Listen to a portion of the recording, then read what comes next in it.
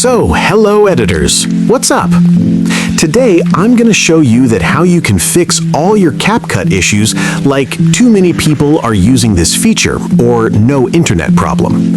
So if you like the video, don't forget to like and subscribe. First of all, you have to connect VPN. I'm using SuperVPN, so you also can.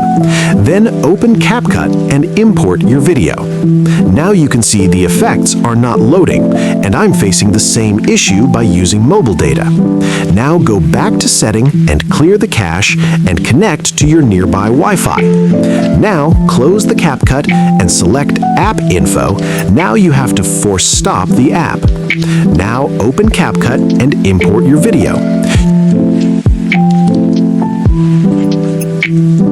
You can see all the effects are working. One bonus tip, you can reboot your phone if you face this issue after doing all steps. And if you want this CapCut link, then comment CapCut. I'll give it on my Telegram channel. Make sure to join. At the end, if I helped you, so you can subscribe my channel. Thanks for watching.